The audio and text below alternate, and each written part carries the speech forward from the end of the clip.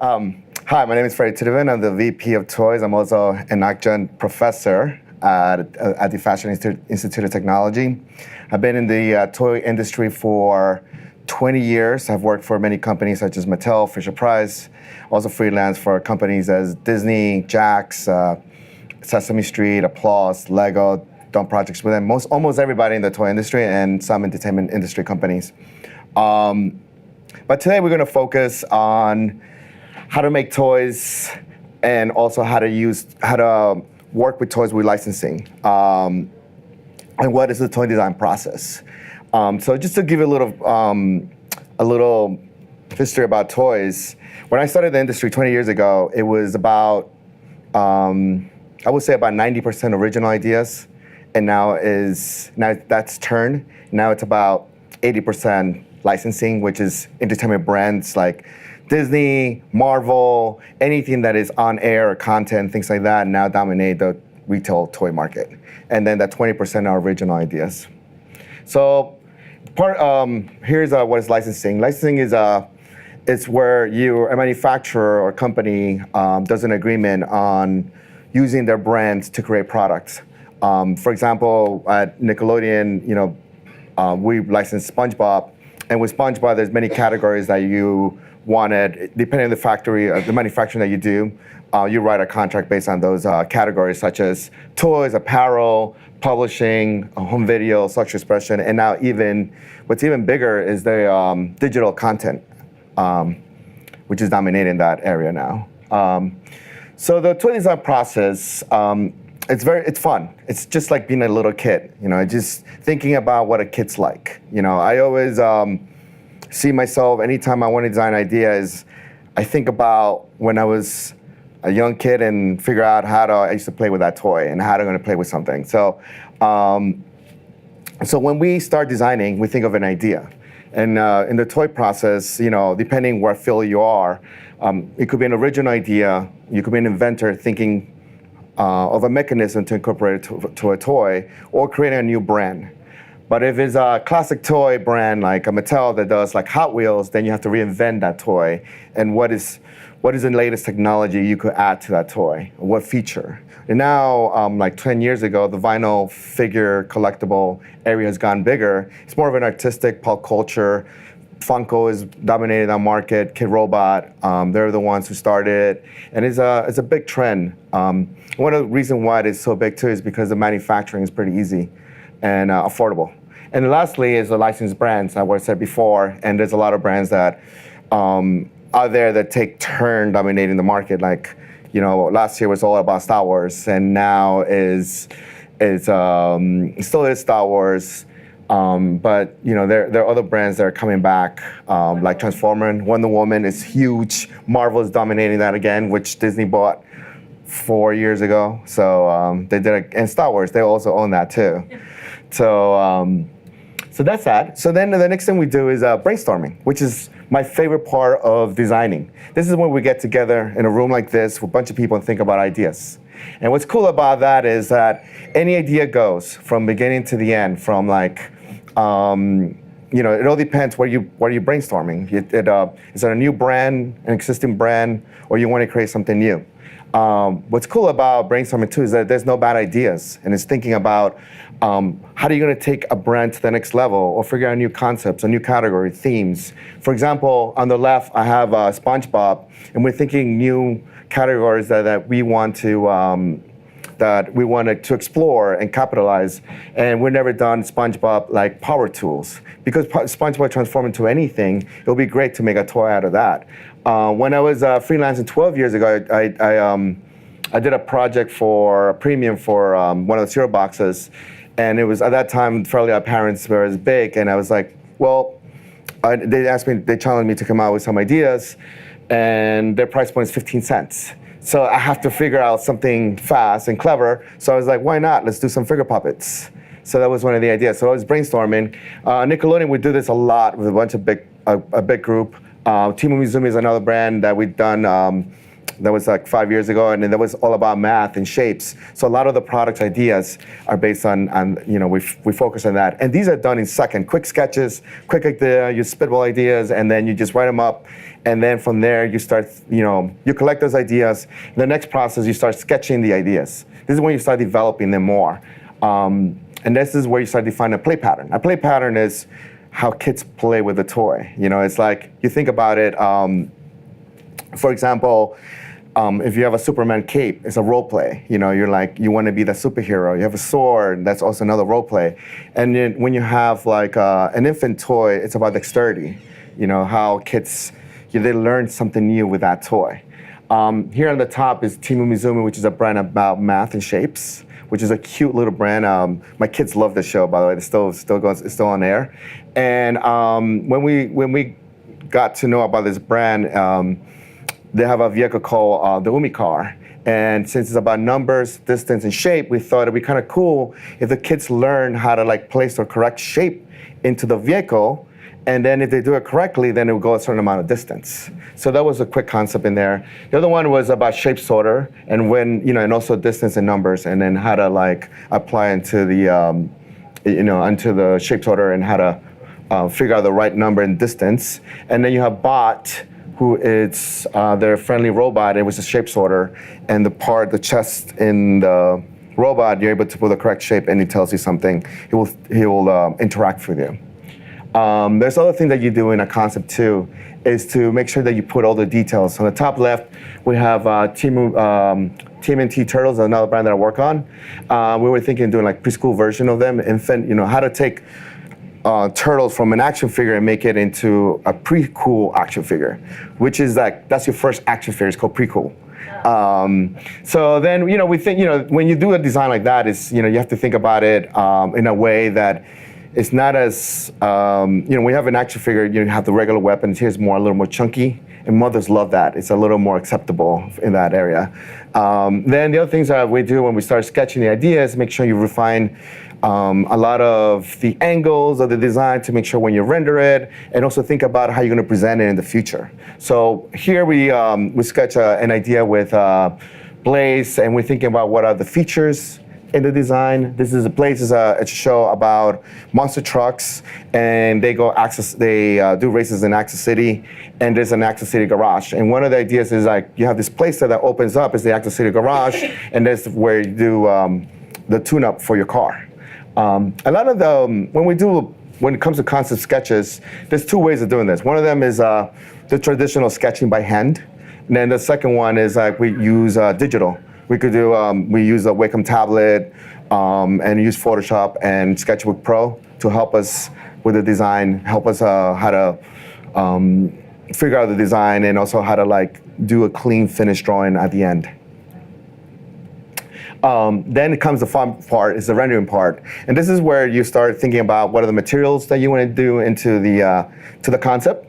You think about colors. When we think about color for toys, every color that you put in a toy costs 3 cents, basically. So we have to limit that palette, but we also got to keep it close to what to the show. So we have to be clever on that design, on that aspect. And then the right materials. If it's plastic, when we render, is it shiny? Is it matte? Or mechanism, is it wind up? Is it an RC, or is it Bluetooth? Things like that. So we have to figure that out while we're rendering, and also how it's made. We have an idea of this, what kind of process the manufacturer, that's going to happen, and that's also determine the cost, and that's how we present it to when it's time for presentation. So this is the render that I did. This is what I did in Photoshop based on a sketch, and I use the Cintiq, which is amazing, it saves a lot of time. 20 years ago, I used to do this with my marker, there was no undo, so you have to redo it again. So now you just take a Cintiq, and that's pressure sensitive, and you're able to get like those details, and it kind of feels natural of rendering those traditional ways. So this is like I said before, you have a lot of the details, the highlights. You could tell this is going to be a die-cast figure because how shiny it is. You could tell here's a rubber material because that's the wheels, and we're going to have some texture in there. And some of the feature here, this is a construction part of Zeg. Zeg is a monster dinosaur, but we made it into a construction vehicle. And then it has a hook and is able to take things apart. So I'm also an instructor at FIT. I teach product design, dolls, product design, and one of my classes to design dolls. And also when you present ideas, you gotta make sure, again, is the right material. So we have techniques that we combine with Photoshop and Sketchbook Pro, and then we render it out in the computer. And also we have to know how to, like, where the light source is at, and also determine the right materials. So one thing that we do is, with design, is we keep it very simple. We go back to the basics. We do everything grayscale just to, like, make sure our values are correct. We start determining, how this hair is gonna flow. We want to make sure, one of the things about designing dolls is, like, she has to look beautiful, and make sure that when you present it, people really react nice to it. So we have to make sure that we have a nice flow to every detail to the doll. So here is, like, the way I start thinking about the direction of the hair. Then I start adding some in the Cintiq. I make sure I change my brushes and make sure I have a texture brush that's able to help me out to get that texture hair. And then I convert that into color. Now you start seeing her, she's starting to get a little bit more attitude, and she's starting to come to life.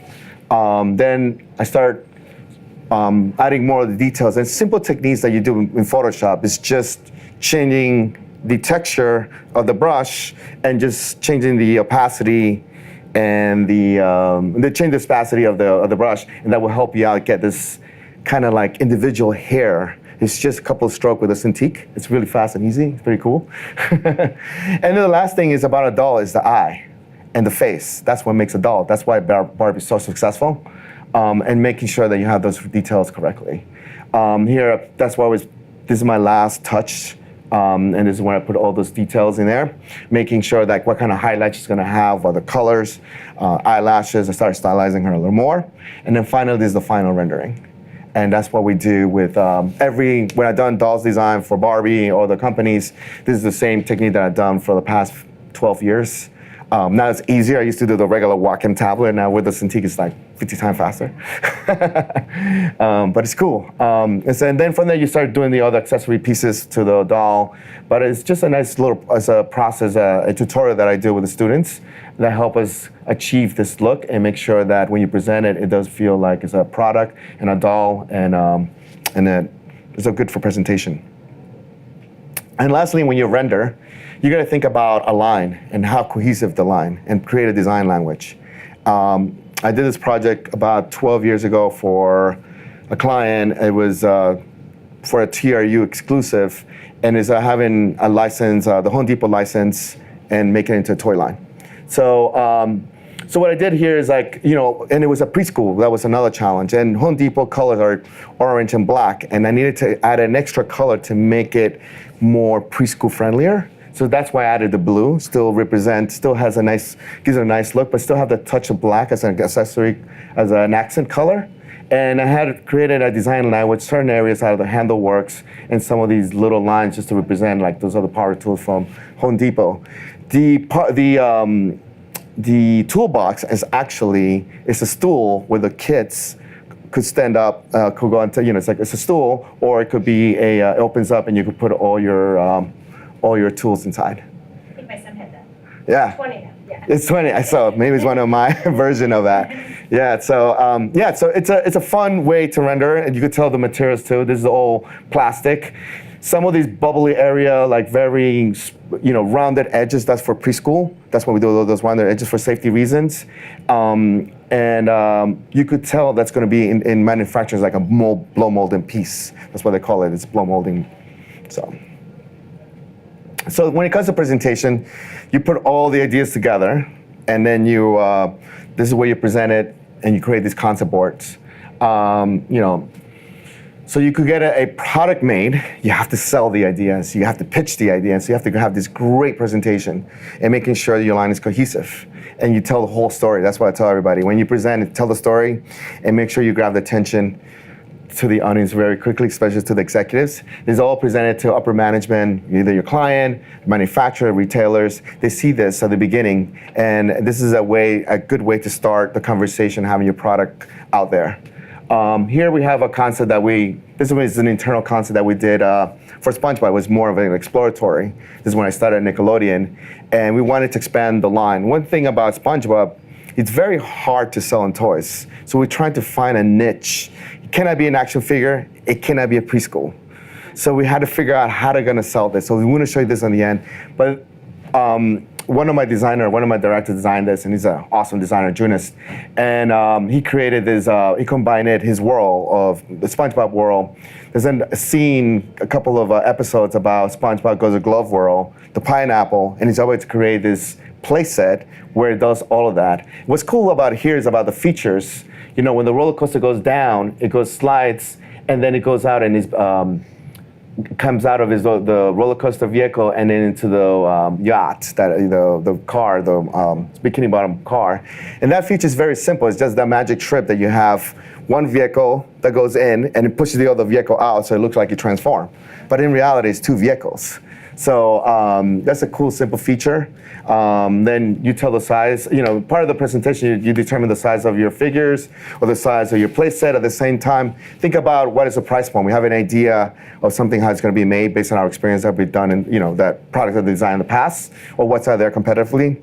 So that's how you determine the price point. So the next, after that, you put all your line together and then you present it. So this is the whole line that we put together for SpongeBob and Exploratory. Starting off with SpongeBob plush, where the feature here is that you either press the button in the back or you move his arm up, and it has he's a pirate, and then you can look through behind his eye and you see that pirate scene from the show. Very simple mechanism. There's nothing reality in the telescope. It's like a viewfinder inside the plush. It's pretty cool, fun, simple rendering too. A lot of these sketches are done by hand, and then we transfer it into the computer and then render it out. Another fun feature here, which is pretty cool, is SpongeBob loves jellyfishing. And it'd be kind of cool to have a figure that's either plush, and you try to throw these jellyfishes and see if you can get in this basket. And if you get in the wrong place, the SpongeBob starts lights up. So, and then what's cool too about these concepts is it brings the humor from the show. It brings back some of that DNA. Another thing that we also do, other things that I do is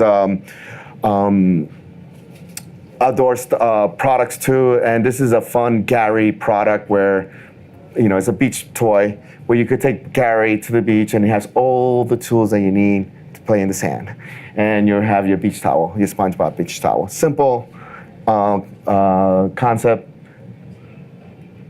And this is another fun concept. We wanted to get into the musical area for SpongeBob, and an easy transformation is SpongeBob. When you extend his legs out, he becomes a guitar, and instead of string, you just move his nose, and then he plays the music. We also got, we wanted to do the vinyl side of, it's kind of like Funko. We wanted to create, that's one of the things that I love doing is, and challenge my team. This is my team's work, is to Derek, actually name is Derek, the designer, is to come out with these simplified figures that present our brand.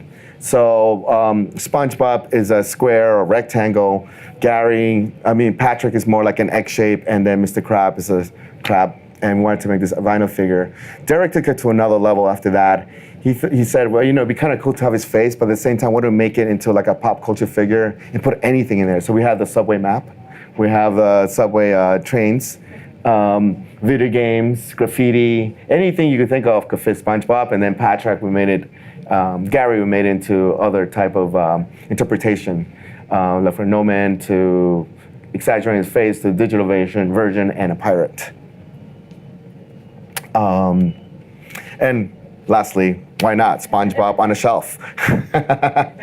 And then you have your vintage ornaments, plankton, and the jellyfishes.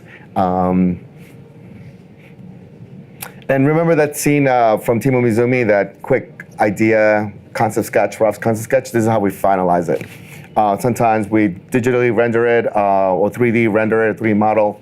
We do 3D rendering. We use like Maya or ZBrush. The team uses that, and then we render the concept based on those outputs, and then here's a fully rendered concept that tells the story, how the toy works, and how it's going to look at the end. This is great.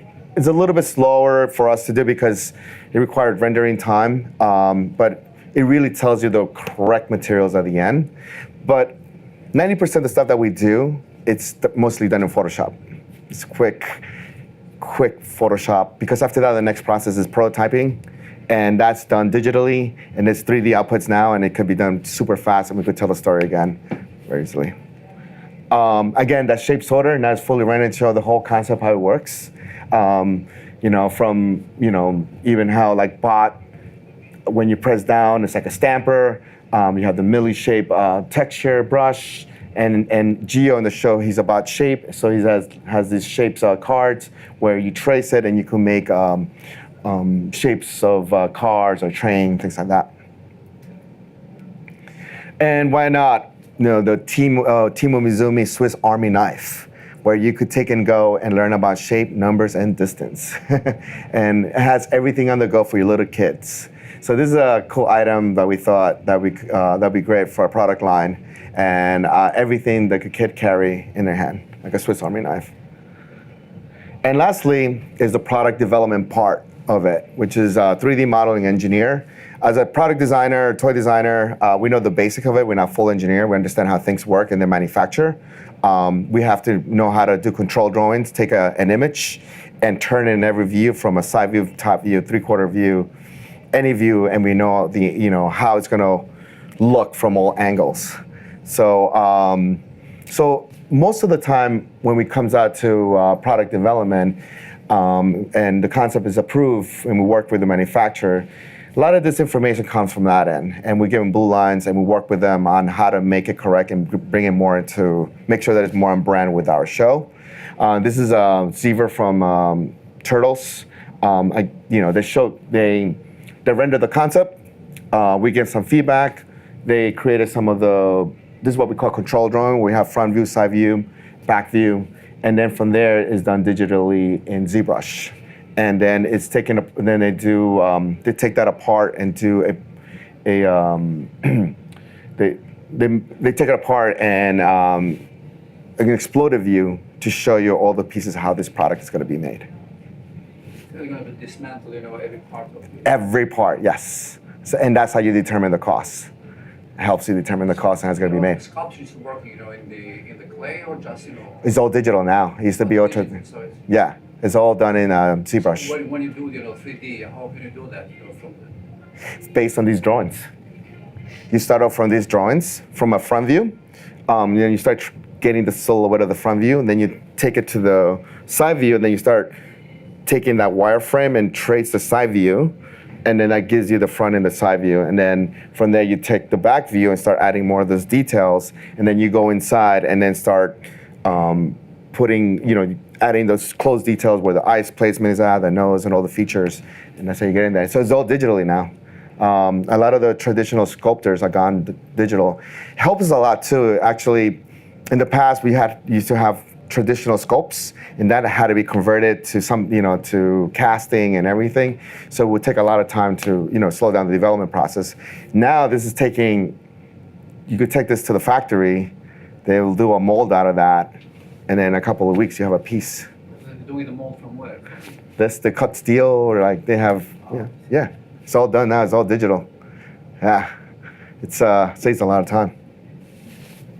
Yeah, this again, we work a lot with the engineers and with our counterparts from the manufacturing side. This is with Playmates, and this is the from the movie Turtles movie 2, the layer, and we are figuring out what are the features, how it's going to work, how it's going to be made.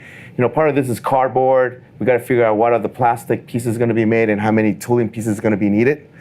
And then we determine the color. So there's a lot of limitation in colors. because every color costs a lot of money in this size. Actually, before it was 3 cents, then it becomes 6 cents, 9 cents. So you have to like keep that in mind. So a lot of the way we go around that is we use, if you see, buy a toy for somebody right now, that's a lot of cardboard, because that will help you with color. And so there's a lot of features, and then, Or stickers. and stickers, everything. But it's, here it tells you the story of how this toy is going to work. There's going to be 3 levels here. So you have the sewer, the lair, and then you have the streets. And then you go to the Technodome, that was where the the villains were at. And then from here, you could tell, this is the way to go down to the sewer, to the lair, ways that they beat the Foot Clan and Shredder, So here's, just want to show a couple of final products based on, some of exploration where it has gone to production, where we have worked closely with our partners like Mattel. This is ImagineX. This was one of the exploratories that we did in the past. And there's an anchovy bus driver, and it actually is happening in the show where SpongeBob kicks him out. So we put scenes from the show, and we created a feature out of that scene. And what we did here was you take this piece up here, when it twists, it kicks him out. So, and then that's the feature, and that's actually what happens in the show. And this is the actual product at the end. Yeah, so this is through ImagineX. And this was successful for us, actually, because now, like I said before, SpongeBob didn't work as an action figure, didn't work for preschool, but it did work for prequel, in between. And that's how we were able to give him some life. And the last one, remember that glove world? We made it happen in SpongeBob ImagineX. So we took a glove world, we worked with the ImagineX folks on the concept. Junius actually worked with them very closely. We still can maintain some of the features that were originally intended. A lot of time we have to change it based due to cost or limitation. But we still have the roller coaster. There's a Ferris wheel. The way it slides down and goes around. There's a lot of feature. And there was also still the ton of love of glove. And but it doesn't switch from one character to the other. But it still had that feel from the original, design, and we had other details here. So it worked out really nicely. I think we love this line. It worked for us for like 4 years. Still going on. We still have one more actually. But we finally figured out and cracked the code with SpongeBob. One thing with toys and slapstick humor, that age grade, the category, it gets harder to sell because it's like 5 and up. Kids now, they play at a young age, but they drop the toys when they're like 5 and 6. They get into their smartphones, so that doesn't help. So we have designed SpongeBob for high schoolers because that's who my kids watch now through high school. Yeah, and we do actually. SpongeBob does work, and we do dedicate a lot of collectibles for SpongeBob, like the vinyl figures that work very well for SpongeBob, and we do a lot of pop culture. Funko Pop does very well for us with SpongeBob. Yeah. So we take some of those characters and put them in there. So, and I think that's my Q&A. Does anybody have any questions? I do. How long is like this design process like now as opposed to what it was 12 years ago or whatever? So the process takes about 9 to 12 months, and I'm a year ahead, basically. Right now I'm working. From the sketches to production. Yes. It takes about a year. Yeah. So stuff that's coming out at Christmas is well on its way right now. It's on the boat. Yeah. Okay. It's on the boat, and it starts selling in September. Okay. And actually, because the way the market works now, some of the holiday stuff you start seeing in October. Yeah. So it's just the way it works. So it's about a 12-month process, and also a lot of, we could come up with an idea, but then it's finding the placement too. That takes a little bit of time. And once you have a market and a placement, then then you're able to go to the manufacturing side. You're able to go to the factories and make it. So before you had ZBrush and the 3D renderings, Did you have people with clay or what was? Yes. Yeah. We used to hire traditional sculptors. We used to do those control drawings by hand. Yeah. And then we used to give that information to the sculptors, and then they will come out with some, they will bring it in, and then we'll blue line that. But what was time consuming is that if there was a redo, the sculptor would have to take that clay apart and do it all over again. So that took a long time. So we're now saving time. We're able to redefine if there's a redo, there's still enough time to do it now. Instead, like before, we really had to figure out a way to fix it fast. Yeah. And before even Photoshop, I used to do this by markers. Yeah, when I was in school, there was no Photoshop. So one day I decided to go freelancing, and then a year later, I used to do everything by hand. And then a year later, one of my clients was like, "Can you send this digitally?" And I'm like, "Digitally? I could mail it to you." So then I found out how to buy a scanner, and then I scanned it and I sent it to digital. And I'm like, "Okay, I guess it's easy." Then the next time I was like, "Can you do a color change on this?" I'm like, "Well, I have to redo the marker rendering all over again." It's like, "You can do it in Photoshop." I'm like, "Okay." And then, you go online, or you're like, I remember I used to go to Barnes & Nobles and find tutorials over there, because online it was even hard to find. Right. So I used to go to Barnes & Noble and figure out a technique how to do it. Yeah. Yeah, so that's the way it used to be done. Yeah, so, but it's changed a lot. It's, even the retail space is changing too. There's a lot of competition too. And before, there was a lot of opportunity for brands, but then now there's too many brands out there, I feel. It's so much competition. You have Netflix, you have a lot of channels, you have apps also becoming products, video games. So that all adds up, and it becomes, you really need to have some good marketing and some good design, and the characters have to be dead on, for kids, something that gravitates to kids. So we're always finding a niche, what makes something toyetic, a brand that makes this toyetic and consumer product friendly. So that's what we do now too, is that sometimes we work closely with creators of show and give them feedback on their show and say, "Hey, can you put a vehicle? Can you do this? Can you do that?" Or can this friend have 2 more friends so we could have 3 friends, so we could sell 3 dolls or 3 action figures, So, but when sometimes there's too many characters, we have to say, can you limit it to 3? Because having 5 and ensemble 5 is going to be hard to sell.